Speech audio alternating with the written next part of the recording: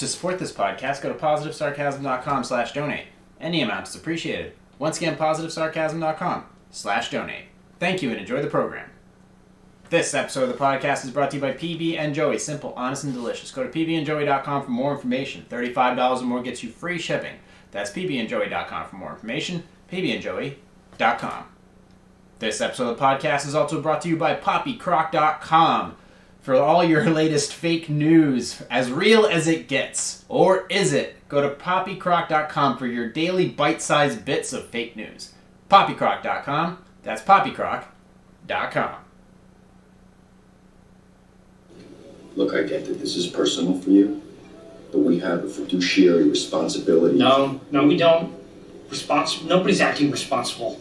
Fuck responsibility. Are you kidding me? The assholes at the big banks. I want to take... You always want me answers. We're talking, please. Excuse us. Sorry. We're going to wait, and we are going to wait, and we are going to wait until they feel the pain, until they start to bleed. That is what I want. But what about our clients who've entrusted us with their savings? I say when we sell. This isn't about you. This isn't about you. Hey, I say when we sell. Whatever you say, Mark.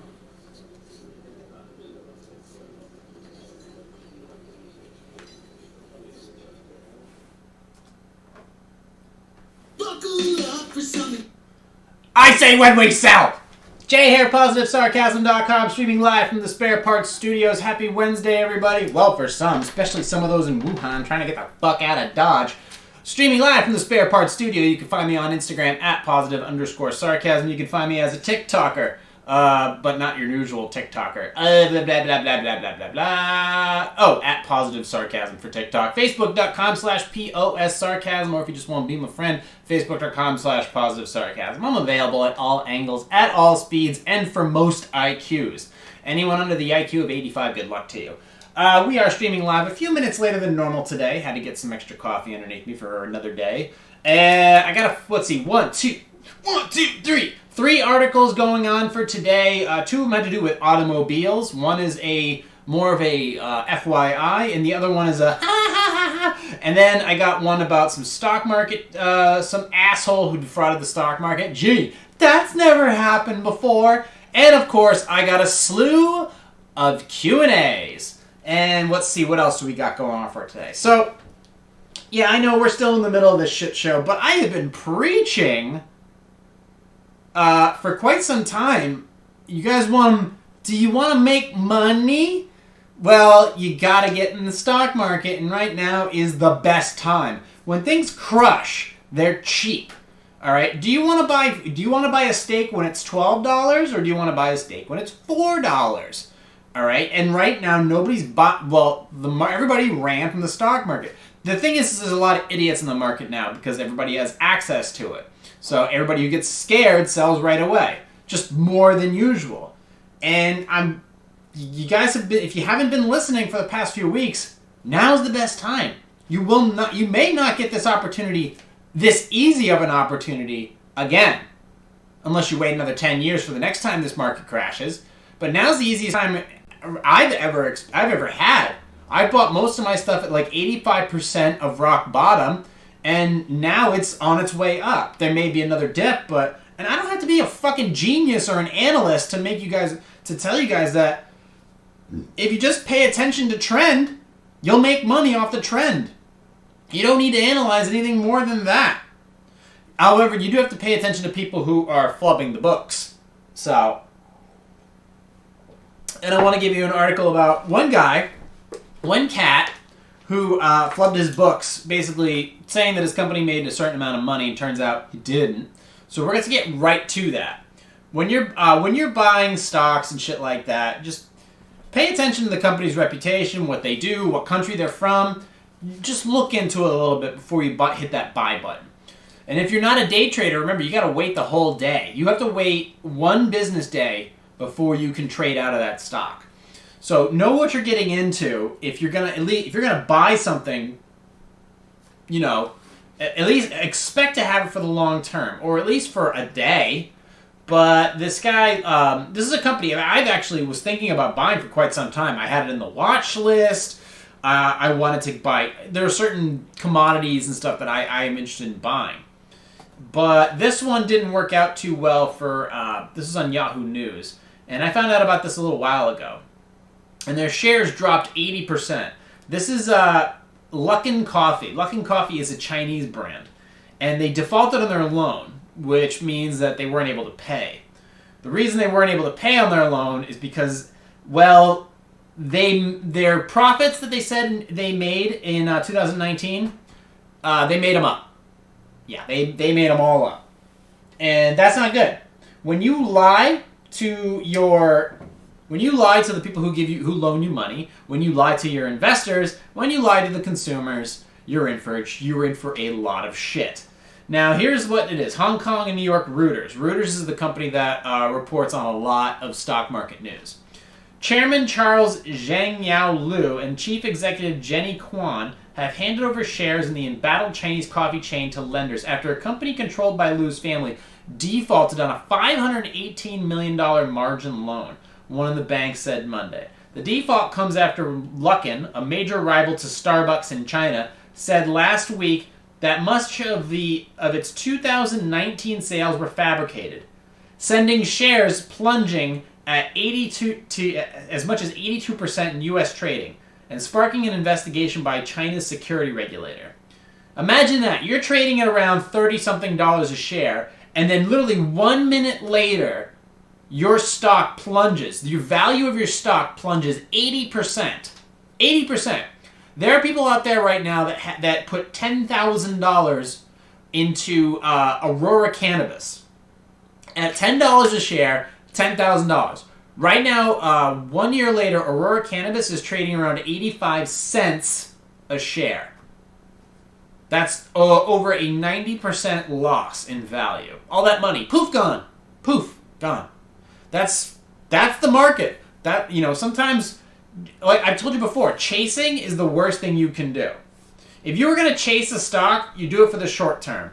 And that's the general rule. Chase it for the short term. Don't look to spend huge amounts of money.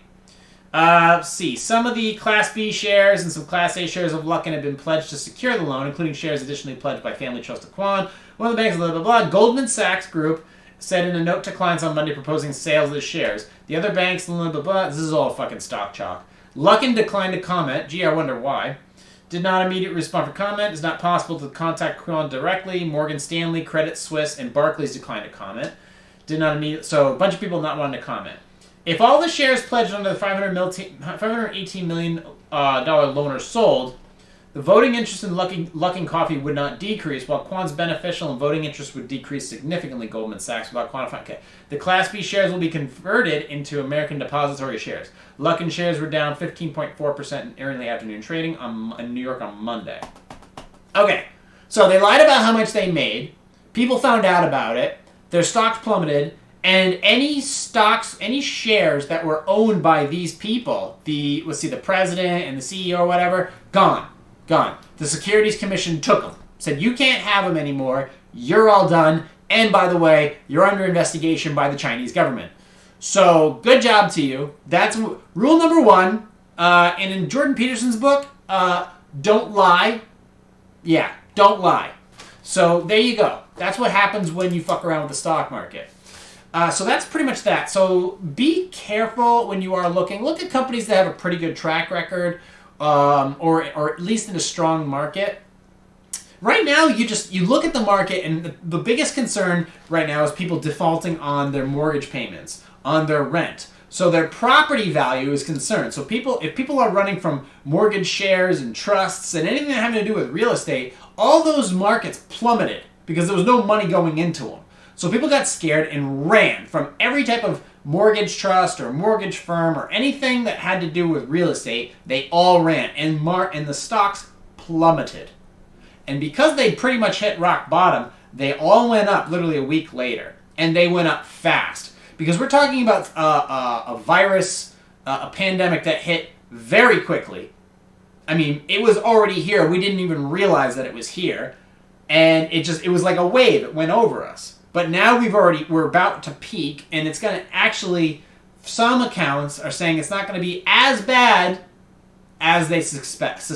Still going to be bad, but we could be returning to somewhat of a normal very soon, which means that people are going to be going back to work, which means that people are going to be paying their mortgages and their rents again, which means that money is going to start getting funneled back into the mortgage securities and the trust funds and all that other shit.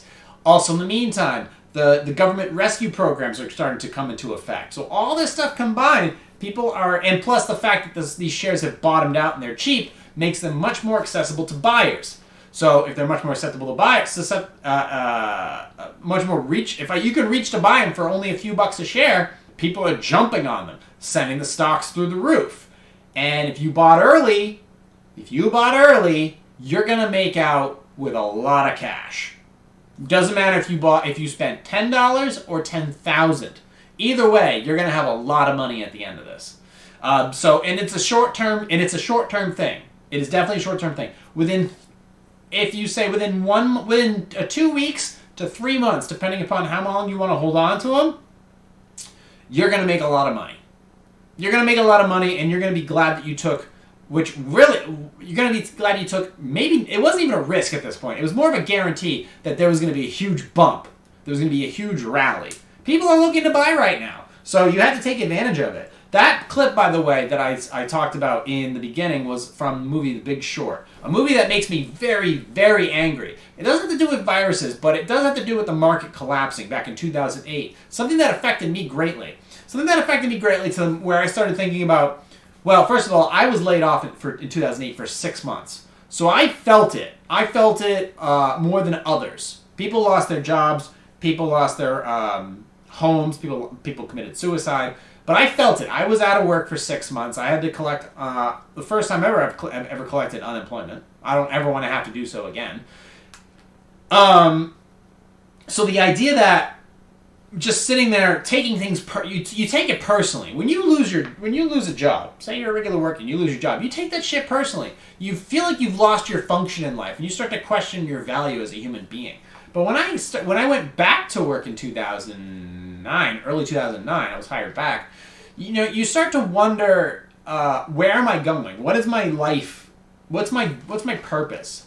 Is it just to go back to the office? I mean, this is the same company that threw you aside, or another. It's all the same shit. Yeah, I get it. You're happy to be back to work and functioning and keeping busy.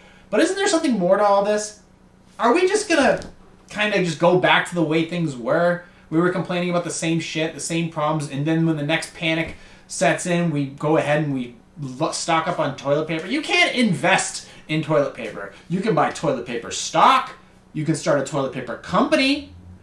But is that really your expectations through life, is to hold on to a shit job as long as you can, and for the next panic wave to hit us, and then you just go running to the store again to buy stupid shit until your miserable fucking life ends? Isn't there something more to all this? And that's why I eventually, back in 2013, started developing what is now PositiveSarcasm.com. I put my time and effort into something that I felt had real value. I invested in this, and now it's starting to pay dividends. I've been very busy this week with a lot of normal grunt work, plus I've been working on editing some videos. One particularly, and then some client videos as well. And you get to dabble in and out of your work. I have a lot on my plate, and it's a good thing. It's a very, very good thing. Because I went back in 2009 when I went back to a job, decided it's not something that I want to do for the rest of my life. And I started wanted to look for my own meaning, something that brought interest to my life, made things more fascinating. And the Big Short was one of those movies that, when I look back on all of it, I realized that there was a lot of fraud, there was a lot of lying, there was a lot of gloating. And the movie it's an excellent, excellent movie. Everybody's in it. But it made me extraordinarily angry. It's a movie that confuses you and angers you at the same time. But a lot of it was based on fraud. And nobody was really ever brought to justice for that fraud. I'm not going to really explain it in detail, but it had a lot to do with mortgage securities and just people giving out subprime loans to people who didn't deserve them, and with variable rates. And when time came to pay up, people couldn't afford those loans, and the market collapsed and took everybody with them. And at the end of the day, the American people paid for that. And people around the world paid for that. Because the market collapsed, when the U.S. market collapses, everything else follows suit. But we're not looking at this situation right now with this. This is a little more short term. It has long term effects, but money wise, if you have a little bit of cash, you can take advantage of the situation. Whereas the 2009 thing, people made money on that. People were betting on the market collapsing 2 years before it actually happened. They bought shares in stock and all kinds of other shit. They were betting on this market collapsing. They're not bad people. They just saw what was coming. They just saw what was coming and made their investors a lot of money. Whereas other people were shit out of luck. A lot of people lost their jobs. So that movie is a lesson. It's a teaching tool. It's something that, like, when Christians watch Passion of the Christ, everybody should be watching The Big Short to remember that this can happen at any time. And every 10 years, the market turns over. It does something you wouldn't expect it to do. 2001, there was a market issue. 2008, there was a market issue. Just recently, there was a market issue. It could be for any reason that causes people to panic. And when people panic, the market plummets. And it's a new thing that I want to bring to this podcast, is just letting people know how to spend their money, how to save their money, what to do when you got a few bucks kicking around. You never know. Maybe your rent isn't due for a couple weeks. Maybe you could throw it in the stock market and do that for a day or so. And maybe turn that $1,500 that you use towards your rent, maybe you can throw it in the stock market for a couple days on a possibly sure thing and make some gas money out of it. Make some gas money out of it, or something bigger. You make a few extra bucks, pay for your coffee runs, pay for your gas money, pay for fucking your car insurance or something like that. These little things that make a huge difference over time make a significant difference in your life. And maybe you keep some of that money that in the stock market, and in the long term you create a portfolio for yourself. Just by doing a little studying, a little research. It makes all the difference in the world. But also protecting at the same time the things that you have around you. Your car, your place, your mindset, your health, your wellness. I talk about health and wellness in this podcast. But there are people out there that, right now the car dealerships are hurting because people are forced to stay home. There are those. I did want to talk about cars a little bit. Johnny Monotone was supposed to be in studio this week, but he had some shit he had to do. And I wanted to discuss it with him since he knows a thing or two about car sales.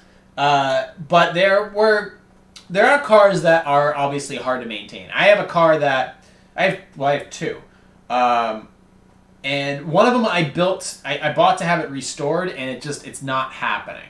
And it was an absolute nightmare, and it's not like I shouldn't have done it. It was a lot of money, and it just wasn't worth my time, and no longer is. So, but when it comes to average manual costs, average annual maintenance costs for a car, a lot of the new cars are not really worth it. Really not worth it. And some of the cars that I've noticed over the years that cost a shit ton to maintain are Audis. Granted, they may be some of the safest cars, some of the most reliable cars, or I guess you'd say. But for the most part, there was a past like 2002 to 2008 where Audis were dog shit. They had those new magnetic transmissions that after 80,000 miles broke, and they cost $5,000 to replace. They had timing belts instead of timing chains. Timing chains you never have to replace. Timing belts, they had to replace them after 60,000 miles. When they broke, they destroyed your fucking engine. And there goes your engine. And then you had all the other average annual Audi shit that you had to fix as well. So at the end of the day, why would you buy an Audi unless you were leasing one for 2 or 3 years? Or maybe buying an older one that had some value to it. But for the most part, this it starts off with the Audi A4. There's 15 cars here that I wanted to run by real quick. The average annual maintenance of an Audi A4, $739. The 2019 Audi A4, an executive sedan, even though A4 is the smallest, there's the A4, the A6, and the A8. That doesn't include the S models or the RS models, which are the sports models. The 19 Audi A4 is an executive sedan made by a subsidiary of Volkswagen, blah, blah, blah, which is owned by Volkswagen, the same company that fucked you over on its the highway and gas mileage rate estimates. The average annual cost of an Audi is about $730. Major issues of it include transmission faults, called it, electrical issues from the taillight, bummer, spark plugs, and brake fluids. That's a bitch. Just having some brake stuff done and having them bleed your brakes, that's a few $100 right there. Just to replace, if you're just to replace like a brake caliper, if you replace a brake caliper, that's $100-something right there. And then you have to bleed the brakes, which is even more money. So that's going to cost you between, to have somebody do it, $300 and $400. And I'm sure an Audi caliper isn't cheap. So that's one thing. And then transmission, forget it. Unless it's under warranty, you're fucked. So that's car number 1. Let's see. Let's go down to number 14. Number 4. Now, I don't get this. I can see maybe it's because it's the new one, but not the older ones. Number 14 is the 2020 Ford Mustang Coupe. Okay, so you have the option of the 2.3-liter turbo EcoBoost engine, which is a 4-cylinder. It's a 4-banger. Or the 5-liter Coyote engine, which is a fucking monster. 460 horsepower, 6-speed manual transmission. Nice vehicle. Ford vehicles usually have problems with their PCV valve hose that can give a yearly disturbance of 220. Okay, so the PVC valve hose, that should be an easy preventable fix. And I don't know why that's such an issue with maybe. Usually the valve gets clogged. A lot of cars, if you just change out the PVC valve, which is just a little filter hose, a hose with a filter at the end of it, if you change that out, your car can run fine. Your car runs fine. But apparently that's a major issue on the 2020 Ford Mustangs. So I would do some more research on that because I think that's really preventable, and it wouldn't cost you $709 per year. Jesus Christ. All right, number 13, the Chrysler 300, a burden since the day it was created. Well, not the old Chrysler 300, the new one since 2005. Average annual maintenance, $639. 2020 Chrysler 300. So basically the moral of the story is, if you're buying a brand new car, expect some shit to go wrong. And sometimes these things aren't covered under, warranty. All right, the main issues with the Chrysler is its exhaust gas recirculation, possible overheating of the engine, and the camshaft position sensor. So if none of that stuff is covered under warranty, you're going to get a huge bill. So average annual maintenance, $639. The 2020 Nissan Maxima. Powered by they've been powered by the 3.5-liter V6 engine since like 1998. Engine that produces 300 horsepower. It's a nice engine though. Major problem: power steering failure. Anytime your power steering fails, and it's usually the rack that breaks, that's $1,000. So anytime like that, if you're buying an older car, junk. The car is junk. Other power steering fail, if it's electrical power steering, I can't even imagine what kind of bill you get for that. Front seat wear, no big deal. Idling problems, that's annoying. The lack of power when accelerating and gearbox problems, that's a fucking nightmare. They might not occur in a year. Drivers should expect to lose about $540 on its repairs. No, you're going to lose a lot more than that. This is a problem when all your car is based on is electronics. Acura TL, average maintenance $467. 2003. The Acura TL is a 2003 model year. Oh, geez, we're going way back. That since '95 was replaced by the Acura TLX. The Acura TL 2003 model year had a widespread transmission defect and luxury car customer suspicion of vehicle. $460. Well, if you have a transmission defect, then you're fucked. But they'll probably end up being like a class action lawsuit, and you'll collect on that. Number 10, the Subaru Forester, 2020. Average annual maintenance $632. Auto company designed to be fit, blah, blah, blah. I've always hated the Subaru Forester. To me, it's one of the ugliest cars ever invented. It's just gross. It's gross. And it's... Ugh. Let's see. Manufactured, designed to defend the caters to everyone. In recent years, the Subaru has been recalled over 30 times since 2007. And based on the complaints of customers, as a result, users of the Forester may expect to spend about $632 on non-company related repairs. So if the recall isn't covered, you'll have to pay for it. And generally when you bring a recall to a dealership, they go through and they repair the recall for free, but then they make other recommendations on top of the recalls in order to make their money back. Well, they don't make any money. They just tack on more shit. Well, you should replace this and replace that. And a lot of times people just say, yeah, do it. which you should just say no. Just fix the fucking recall and give me my car back. Number 9, the Mazda 6. Average annual maintenance, $481. 2.5 liter gas engine, so it's a little 4-banger. Ooh, no. 2.5 liter, 227 horsepower? 6-speed shift automatic gear. Okay, the common issue, though, diesel particulate filter, suspension, tires, electric windows. Wow. Jesus Christ. So it has suspension? What the hell could be wrong with the suspension? Tires and electric windows. Why would I buy that? Number 8, a Audi A4 Quattro. Welcome back, Audi. Average annual maintenance, $925. The average annual maintenance, let's see. Failure of the circuit board, vacuum leakage, oxygen sensor failure, and electrical interference. Gee, and I thought we praised the Germans for making amazing cars. Not looking that great right now. $925 on yearly expenditures. Number 7, this one has been a plague for quite some time. The Dodge Ram 1500. Average annual maintenance, $691. 12,000 pound maximum towing capacity. Alright, what's its issue here? Torque assisted, blah, blah, blah. The main issues include the TIPM, totally integrated power module, cam and lifter failure. That's not good. And even body structural issues. Jesus Christ. These things are supposed to be like towing. That's sad. This is not a. This is a like. I know Ford had a torque transmission conversion issue back in the day where their transmissions would constantly fail. So this is not this issue would go well beyond $690. Number 6, Dodge Grand Caravan. Why are people still buying fucking minivans? To be perfectly honest with you, I mean, I get that. SUVs are gas guzzlers, but most SUVs are becoming like hybrids or electrical, fully electric by this point. So why would you buy a Grand Caravan? First of all, they're ugly. They depreciate like a son of a bitch. They're not that powerful. They're not great looking. And there's just no point to them.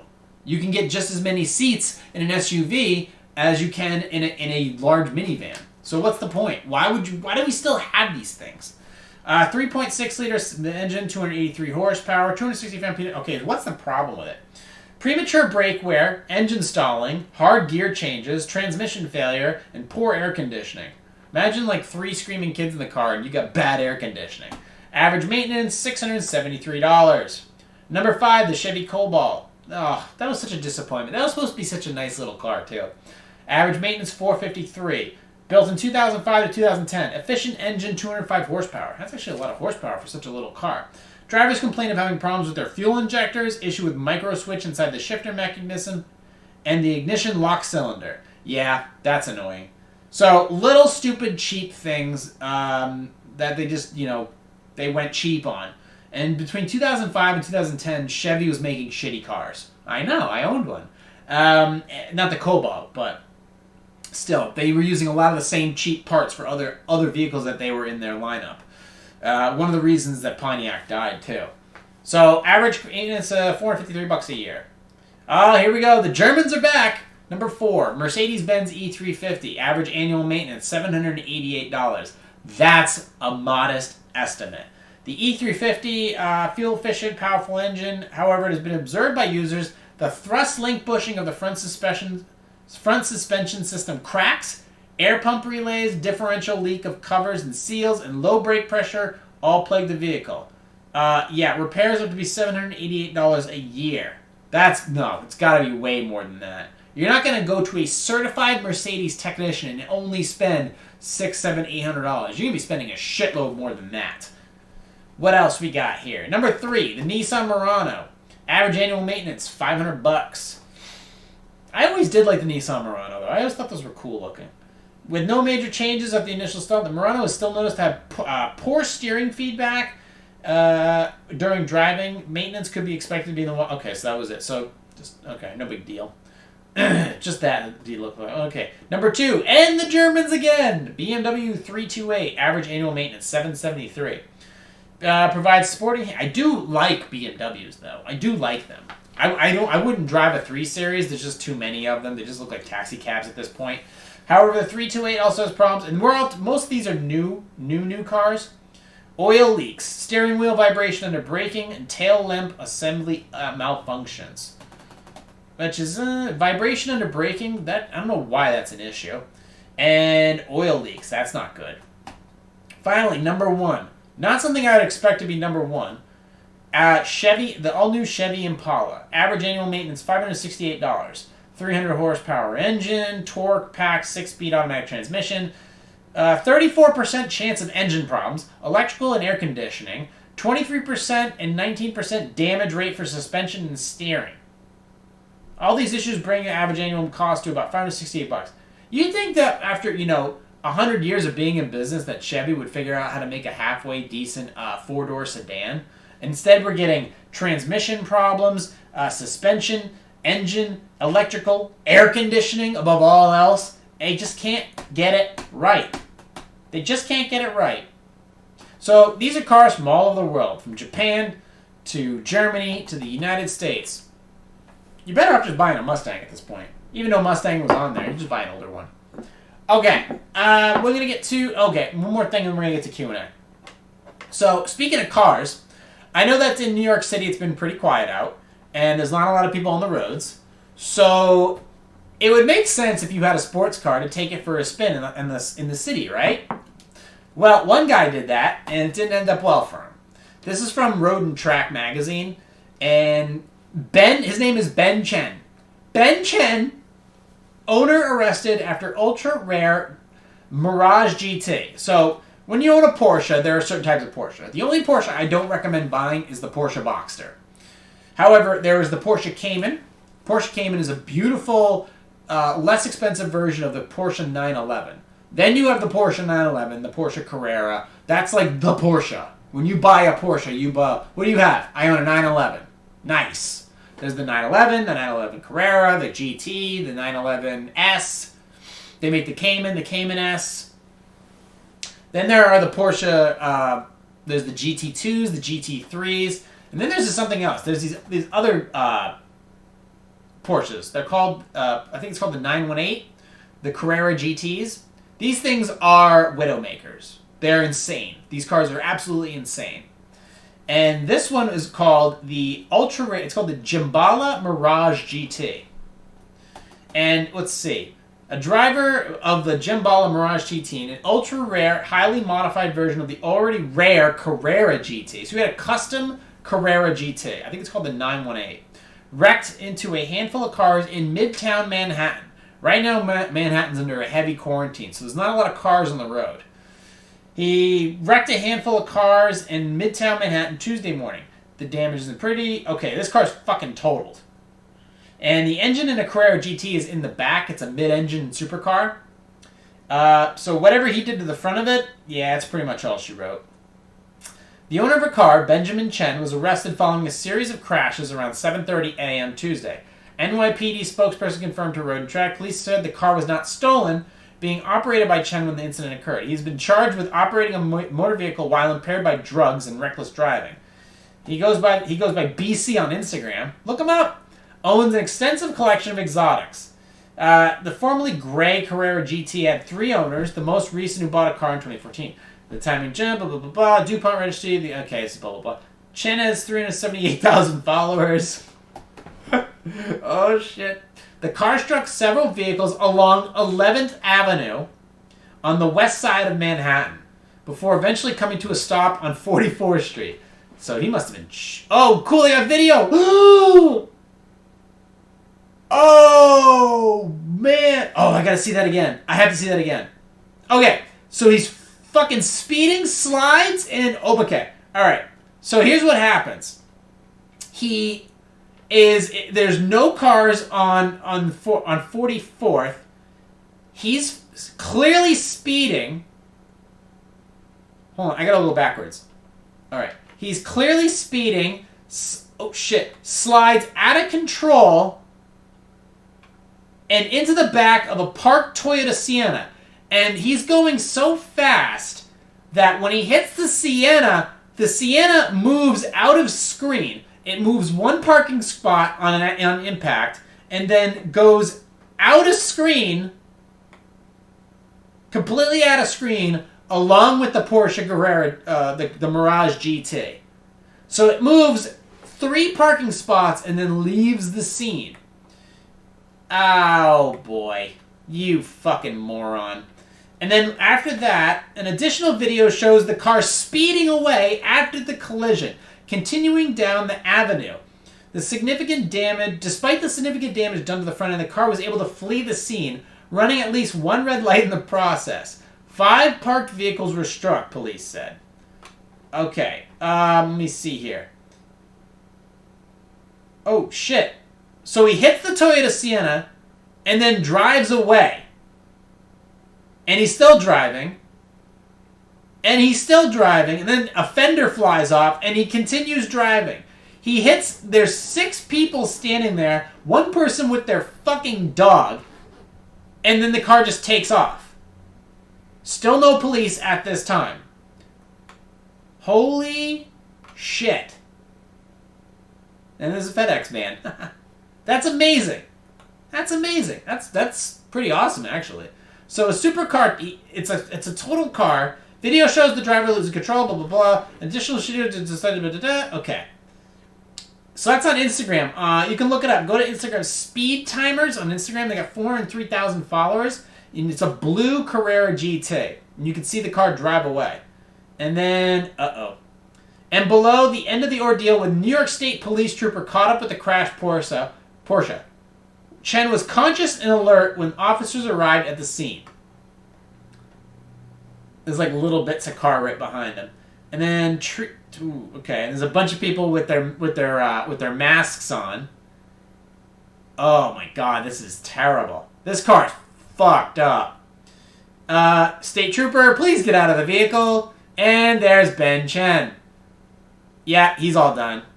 Oh, he is. Yeah. Okay, so right now he's telling him to. Hold on, I'm waiting for him to tell him to.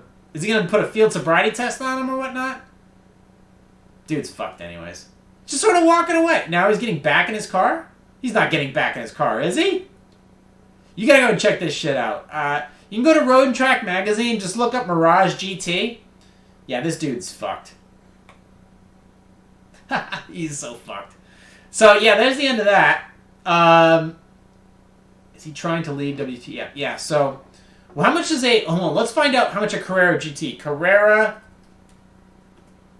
GT, that's like the ultimate Porsche. Carrera GT, this is just a regular Carrera GT price. They go for, the GT price was $448,000 MSRP. And then you can't just find them anywhere. The only one I've ever seen in my area is owned by Joe Farrow, who owns the Tuscan Village. That's the only ever Porsche Carrera GT that I've ever seen. They're cool looking though. But yeah, $448,000. That'll tell you everything. And they're not easy to find. But yeah, let's see. Here's an 05 for sale. 10-cylinder engine, $440,000. For sale. Used. I think. Hold on, let me click on it. Curious. Auto Trader. Okay, used 2019 Porsche 911 GT3. Oh, this is a Carrera GT. This is a GT3 RS Coupe. $199,000. Nice. Lamborghini Los Angeles. Oh, okay. All right. So that's affordable. That's affordable. So yeah, Ben Chen is fucked again. I wonder what's going to happen to all his other cars. He's definitely going to lose his license for a few days, for sure. So anyways, we are at, let's see, we freaking fumbled through the first 20 minutes. We talked about annual maintenance costs for new cars, Luckin Coffee fraud, Ben Chen trashing his Porsche. Okay.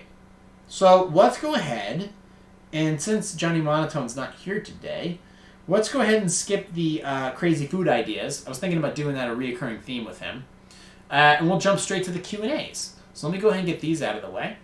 Also, if you want to support this podcast, go to positivesarcasm.com/donate. Any amount is appreciated. You can go to positivesarcasm.com, just click on the contact button. There's a button there. You just click on the link to get a free stock through the Robinhood app.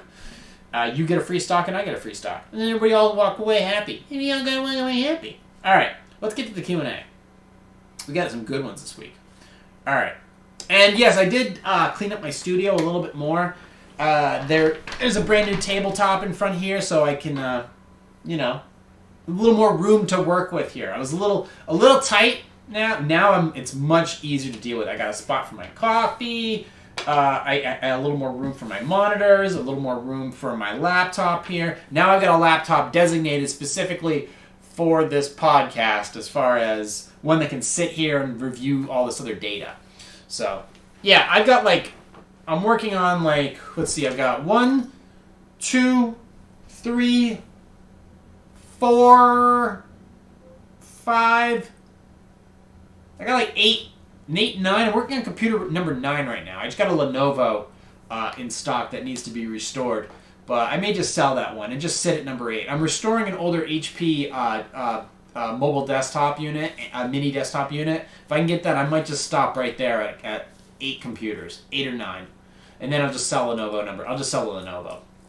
And then I'm working on this old Asus gaming laptop. This thing is gigantic. For a client of mine, and I just brought it back to life. I'm waiting for a couple things in the mail for it. Anyways, let's get to Q&A. Alright, let's start off with some good ones. How can I get my roommate to pull her pants up so I don't have to see her butt all the time?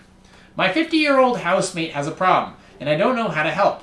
Sounds stupid, but her pants are always falling down. At any given moment, inches of her rear crack are exposed. It started years ago, most often when she would bend over, but it has gotten progressively worse. Anytime she stands up or walks about, I'm not sure of the cause. She does wear a belt. I can only guess that her pants, jeans, 90% of the time, and skivvies are the wrong size or cut. The real problem is that she is hypersensitive about it, and any attempt to bring it to her attention, either subtly or more directly, elicits only an angry response, as if it is a disability, that she can't do anything about it. She'll bark, I know, when either she really didn't know or doesn't know the extent of it. At one point long ago, I even took a few pictures when she wasn't looking. Yeah, you don't want to do that, bro. So she could see what the rest of us have to see. But of course, she got really angry and missed the point entirely. Lest you think it's some kind of weird quest for attention, I just want to say it happens all the time in public, at home, when nobody is around, and when everybody's around. Aside from social awkwardness, the issue could also be dangerous. I can just see someone getting provoked by it one day. How does one address a situation like this? Seriously, how? Yeah, you know what? You gotta pull up your pants. We gotta have some decency in society. We gotta have some fucking decorum. There's a certain way to dress. You have a certain belt size. You have a certain waist size. You have a certain amount of fitness that you have to keep up. The fitter you are, the easier it is to keep your pants up and to buy stuff that fits. It's much easier to maintain a wardrobe that appeases to your body type. And if you're 50 years old and you can't keep your fucking pants up, this chick's got a serious problem, and this is not somebody I would want in my household for the long term. So either pull up your pants or pack up your bags and get the fuck out of my house. So that's that. Let's move on to the next one. Can I ask my sister to rename the 5-year-old girl she's planning to adopt, since she has the name I picked for my unborn child? Boy, we really have some first world problems, don't we? My sister S and I are identical twins. I always felt like I've never been allowed to have my own things. Oh, boo fuckity hoo! We have rhyming names. My mom always tried to get us matching clothes, and we shared a bedroom. S has been married for 4 years. Unfortunately, her husband SH is unable to have kids. They decided to adopt, which I think is fantastic. I'm currently pregnant, congratulations, and having a girl, congratulations. My husband and I spent a lot of time picking out the perfect name for our future child. I feel so good about this name. Yesterday, S and H announced to the family remotely they are officially about to adopt a little girl. They wanted a baby, but ended up having to go with a slightly older kid. So they got a used one. Oh, she looks like absolutely precious. I was so happy for a few seconds before they announced her name is B. The name that S knows is my daughter's. I thought that was a joke, so I kind of laughed. Then I realized they were serious. Obviously, the girls can't have the same name. Twins with daughters with the same name? Everyone would laugh at us. Now they wouldn't. I'm planning to talk to S about the situation. One of us needs to change our kids' names, and I'm hoping she'll be reasonable. My kid will get here first. Oh, okay. My kid's here first. A lot of parents change their adopted kids' names. They could do that. If the kid won't change her name, S and H could go with a different kid. There are thousands upon thousands of orphans who need loving homes, and 99.99999% of them don't have this one particular name. They haven't bonded with this one yet. I have already bonded with my baby and can't imagine her with another name. Oh my god, you are such a fucking bitch. Who fucking cares? It's a name, first of all. It's the love that counts. Oh my god, they haven't bonded with the kid, so they should give it back to wherever it was. Go ahead and send it to a fucking kill shelter so they can pick out another one with a different name that they're gonna give it. Jesus Christ. So what if they have same names? Are you one of those girls that when you go to like a club at one night and then all of a sudden you see somebody wearing the exact same dress, you get mad and stomp out? Were you one of those in school when somebody was wearing the same sweater as you went in the bathroom and cried? Give yourself a fucking break. This is really no big deal. This is such a stupid thing to be complaining about, especially lately. This is your first world problem? Okay, I get it. It's sometimes uncomfortable. Oh, you have the same name. Ha ha ha. Are you really that self-conscious that because you guys are twins and you have daughters or sons with the same name, and all of a sudden this is a giant issue and your world's gonna collapse? You need to get over yourself. Just name your fucking kid, feed it some milk, talk to it once in a while, pat it on the head. It'll do good things, and you'll feel better about yourself. You'll feel better about yourself, and having the same name really won't be that big of a deal. Let's move on to the next one. Let's just keep cranking them out.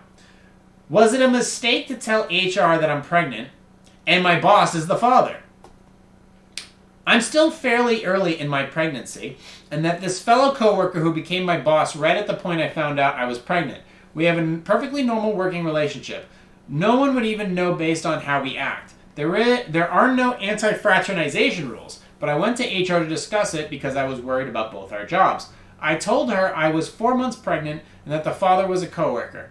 I told her I'm afraid to share it due to higher-ups knowing and getting involved. She said she needed to talk to him but needed to think about it before she did and would tell me that she was going to speak with him before she did.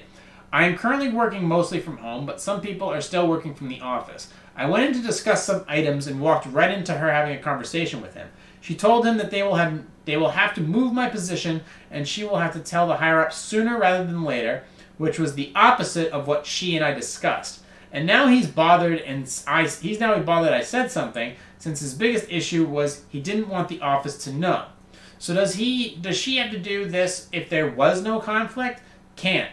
She wait till the baby is born, telling the higher-ups it will affect my chances of the promotion because my promotion would put me over him. Should I have never opened my mouth? Well, opening your mouth is your decision. As a couple, you guys need to come to a consensus about let's put HR aside for a second. Let's move that whole, hey, we work together and now we fucking thing. Let's move that aside. I know I'm not the greatest saint when it comes to those situations either. But the fact of the matter, hey, what are you going to do? The fact is that you guys were together. He got promoted while you were pregnant. All right. If you guys need to talk, are we going to say anything? Okay. The best, obviously you'd want to get away with it. We all want to get away with this shit that we do. If you could, then do it. You shouldn't have opened, maybe if you guys talked about it and don't say anything, HR has an obligation to report and discuss conflicts of interests within the company. They have really no loyalty to you. So the minute you tell HR something, that's it. It's in writing. And when they deem it appropriate that it's a conflict of interest of the company, it's brought to the attention of the senior reps, of the senior executives. Simple as that. You gave up all your decision making the minute you opened your mouth to HR. So HR can do whatever they want, and you basically have sold out your boy toy. And maybe you should have listened to him when you kept your mouth shut, because then you would have bought yourself a little bit of time to figure out what you're going to do to change your position or work with him, because he wants to get promoted. He got promoted. You may have fucked up his situation, and you definitely fucked up yours. You could have at least kept your mouth shut for a couple months while you guys figured out what the fuck was going on, or you just could have shut your mouth altogether. But the minute you went and spoke to HR, you pretty much waived all your rights to privacy. You did that. So this is 100% your responsibility by doing so, and he has a responsibility to you and the child, but you have a responsibility to move your position. Since you are underneath him, if you're underneath him, you need to move. You need to move to another department. Okay? Because somebody has to support that kiddo. And if he has to waive his position, which brings in the most money, and if the reverse was true, then the same thing applies. If you were the one getting promoted and he was underneath you, he'd have to move to a different department so that the relationship could continue and that there was no conflict of interest at work. So you have to move, and if I was in your position, I wouldn't have said anything. And if I was in his position, I would have asked you not to say anything until we figured out what we were going to do. That's what you should have done. And you didn't do that. You left it up to HR, and HR will fuck you over any chance they get. Because that's their job. Next up. How can I force my 10-year-old son to talk about sex with me? I have a 10-year-old son who is in 4th grade. I feel as though he is at an age where it's I feel it's inappropriate. He's at an age where it's appropriate to start introducing more mature topics, or at least signaling our openness as parents to his questions about those topics. I'm thinking about anything from puberty, sex, and substances to peer pressure, race, and violence. The trouble is that while we have great relationship otherwise, my son completely closes up when either my husband or I try to initiate conversation about these topics. For example, he told us recently that the gym teachers at school gave kids the puberty talk. Yep, okay. I got mine from, I think it was around like 6th grade, 5th or 6th grade. When I gently ask follow-up questions, how do you feel about that? Or the kids at the bus talking about sex. He gets uncomfortable, clams up, and changes the subject. Yeah, that's natural. Anyways, I have started resorting to saying, anytime you have a question or want to talk about something, please come and talk to Dad or me. Cool. Good on you. I've gotten to the point that I've even bribed him by withholding something he wants, like dessert or screen time, until he tells me one thing his friends are saying about sex or one question he has about it. Yeah, you don't want to be bribing your kids. Or maybe you do. I don't know. The topic in particular is an important one to me as I want him to grow up in a sex-positive household. Okay? And to understand the meaning of consent, which is not the way I was raised. I don't want to alienate him by being too pushy, but I'm concerned that if he doesn't open up, we won't have the opportunity to correct misinformation or educate him. Alright, well, you need to back off because he's 10. He doesn't understand it, he's uncomfortable with the topic, and you need to kind of chill out. And maybe he doesn't want to talk to you about it, maybe he wants to talk to Dad about it. But either way, the communication between you and your husband needs to be open. And of course, yeah, it's great. You want to be available to your kids. Great. That's awesome. Good on you for wanting to be receptive to your kids and talking to them. It's awesome. This is an easy issue to solve. You just need to chill out, keep an eye on him, make sure he's not diving into too many... Hey, as long as the kid's not an incel, you're doing a good job. You're being a good parent. Something that is not really is in high demand nowadays and apparently in short supply. You're doing a good job from what I can see. Just don't become some recessive twat that thinks you could do anything in life. Just keep an eye on him, let him grow up, and help him out when you can. And don't get concerned too crazy. Don't overreact to situations. He's a guy. He's going to do guy shit. So as long as he doesn't knock somebody up by the age of 14, he's going to be fine. Just keep an eye on him. Talk to him.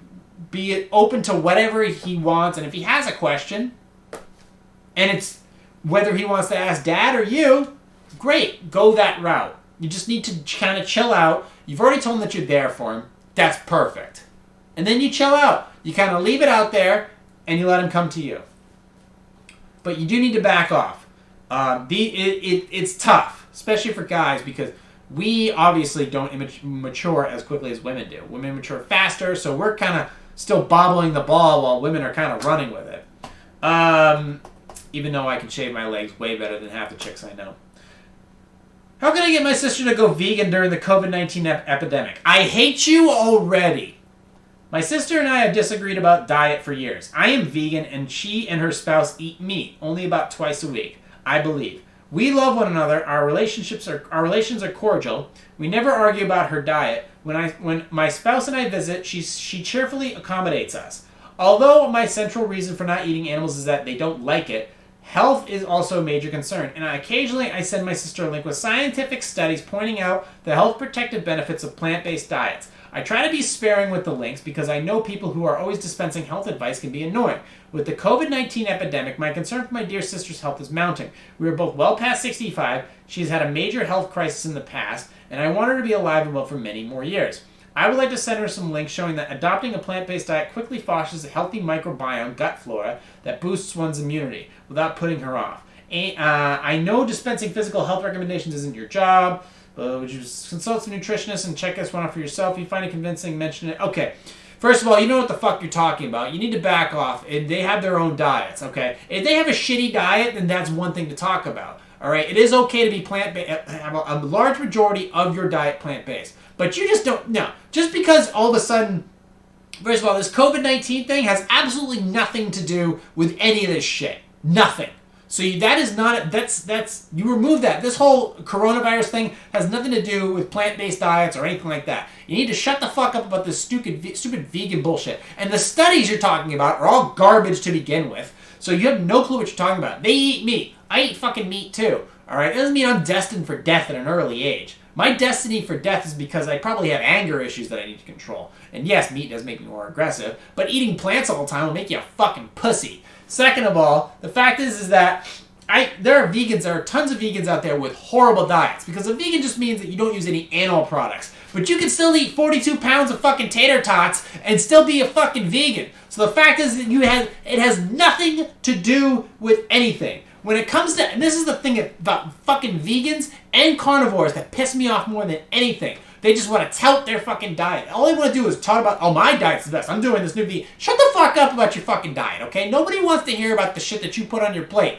all right, at night, at all. I don't want to hear about it. These are your own, this is of your own choosing. I don't boast about my podcast. If you want to listen to my podcast, you can, all right? You eat what you eat, all right? And as long as you're not out there eating fucking biting the heads off of bats and spreading pandemics across the globe, I don't give a shit about your diet. I don't care about it. I don't want to hear about what you think about diets. I had a vegan in here, and we joked about it a little bit like that, and we came to an agreement. We had a light discussion about it, and we came up with some good ideas. But the fact is that you're concerned about her health. Well, telling her to go vegan is not going to do anything. That's not going to solve anything. There are many ways to solve people's health problems, and just simply telling them to go vegan, and you're just going to offer them some recipes and some links, you have no clue what you're talking about, and at the end of the day, you could be actually pushing them closer to their death instead of preventing them. There's so many ways. Oh, fosters a healthy microbiome. You don't know shit about that. You know absolutely fucking dick about healthy gut biome. You're just telling them about going vegan, it's going to solve all your problems. You have no fucking clue. You have no clue whatsoever. Boosts one's immunity. How? You tell me how. You tell me how it all of a sudden does that.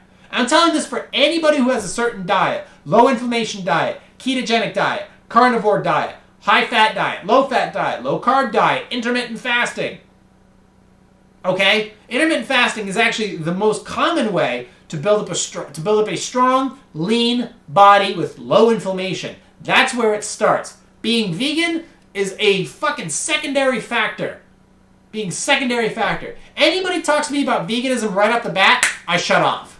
I completely just shut down. Because they have no fucking clue what they're talking about.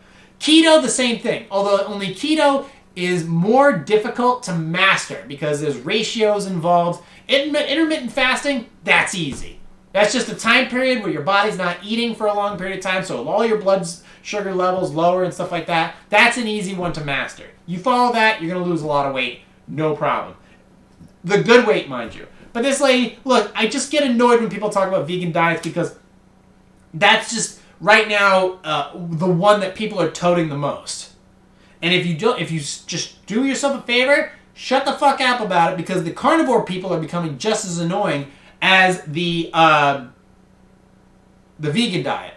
Vegan diets have more variety than the carnivore diet. I find the carnivore diet boring. However, if I had a choice between a plant-based diet and a carnivore diet, meat diet, I'd go with the meat diet.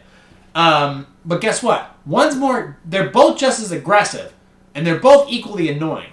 But you're talking about I get it, you care for your sister, but pushing this bullshit religious diet on her is not going to help her and her fam. So just do yourself a favor and knock it the fuck off. And sorry I'm being so aggressive about it, but it's because I drank a little bit of coffee, and people who talk about vegan diets annoy the piss out of me. If we're sitting down to have a health discussion, you put everything on the table. You put all the nutritionists on the table. Intermittent fasting, high-fat diets, keto, carnivore, vegan. You put them all on the table, then you go and get blood work. And then you go and you try fasting and you see what works best for them. Maybe they need strength. Maybe they need certain things in their diet. You don't know her genetics. So if you don't know her genetics, you don't know what's necessarily going to be good for her body.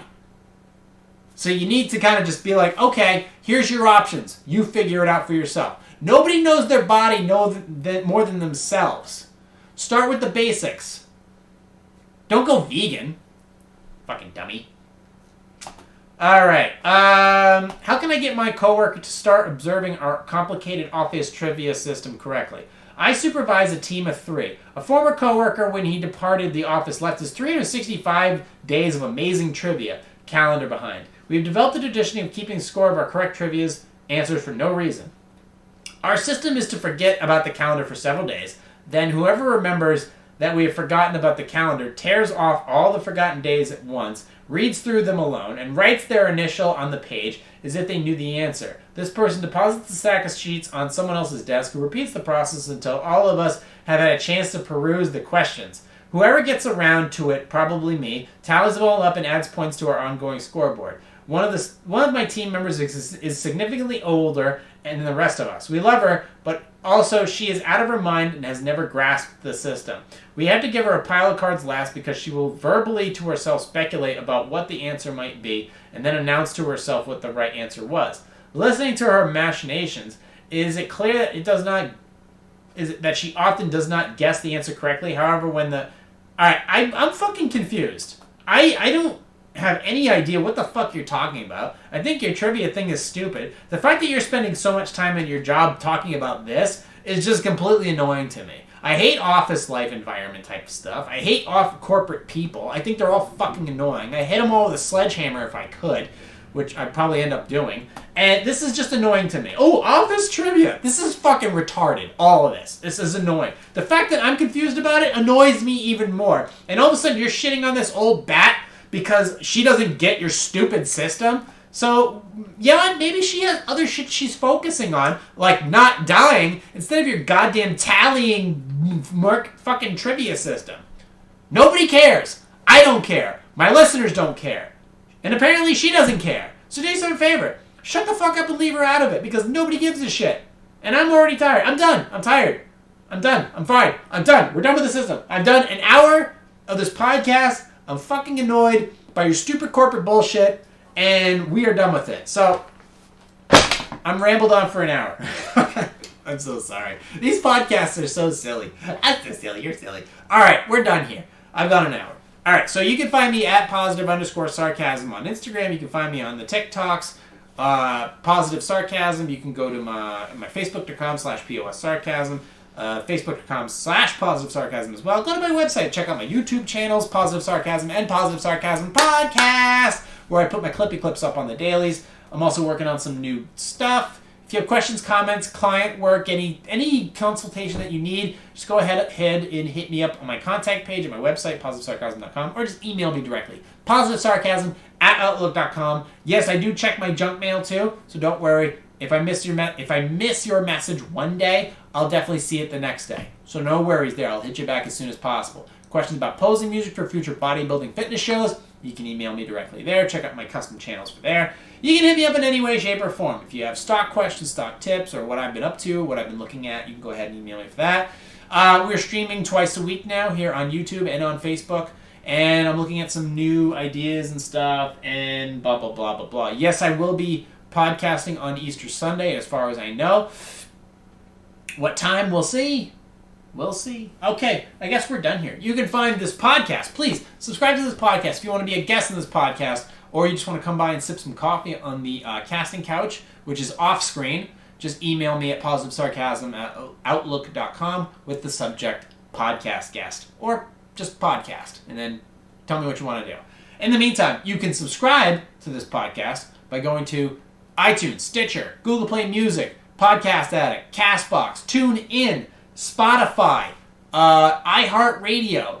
Anywhere that you can get podcasts, I'm available. So, until then, thank you for listening, watching, subscribing. I will talk to you all next week, streaming live from the Spare Parts Studios. This has been a Positive Sarcasm presentation.